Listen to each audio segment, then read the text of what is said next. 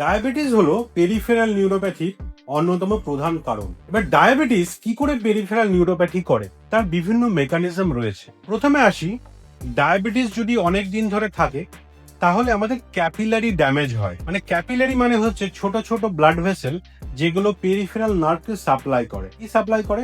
Oxygen এবং glucose. এই oxygen এবং গ্লুকোজের অভাবে কিন্তু পেরিফেরাল নার্ভগুলো আস্তে আস্তে মারা যায় বা ড্যামেজড হয় এবং পেরিফেরাল নিউরোপ্যাথি হয়। সেকেন্ড আসি, যে পেরিফেরাল নার্ভের মেটাবলিজমের প্রবলেম হয়। তো কি পেরিফেরাল নার্ভের যে মেটাবলিজম, এই মানে বেশি মাত্রায় সুগার থাকার জন্য একটা বাই প্রোডাক্ট যেটা টক্সিক সেটা তৈরি হয়, এটাকে বলা হয় সরবিটল। সেটাও কিন্তু পেরিফেরাল নার্ভের মেটাবলিজমটাকে হ্যাম্পার করে এবং পেরিফেরাল নার্ভকে ড্যামেজ করে। থার্ড আসি, অক্সিডেটিভ স্ট্রেস। এই হাই ব্লাড সুগার একটা ক্রনিক ইনফ্ল্যামেটরি কন্ডিশন পেরিফেরাল নার্ভের মধ্যে তৈরি করে। তার ফলে কি হয়, অক্সিডেটিভ একটা স্ট্রেস হয় এবং তার জন্য পেরিফেরাল নার্ভের যে নর্মাল কন্ডাকশন বা মেসেজ বয়ে নিয়ে যাওয়ার যে ক্ষমতা সেটাও কিন্তু হ্যাম্পার্ড হয়ে থাকে। ফোর্থ মেকানিজম হচ্ছে যে মাইলিন শিডের ড্যামেজ।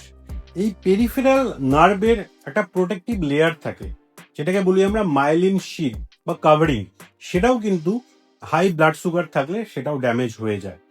তো এই চারটে মেকানিজমের মাধ্যমে কিন্তু পেরিফেরাল নিউরোপ্যাথি ডায়াবেটিসের জন্য হয়ে থাকে। এবার আসি কি কি সিমটম হতে পারে।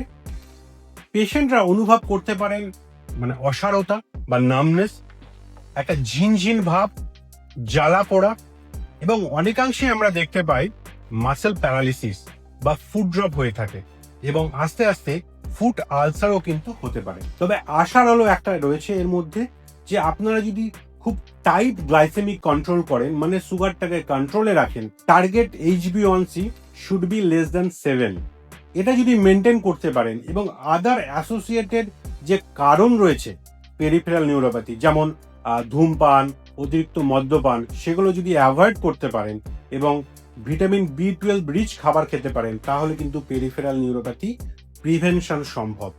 সুতরাং এরকম যদি পেরিফেরাল নিউরোপ্যাথির কোনো সিমটম আপনার বাড়ির সুগারের রোগী থেকে থাকে, আমাদের অবশ্যই কমেন্ট করে জানাবেন।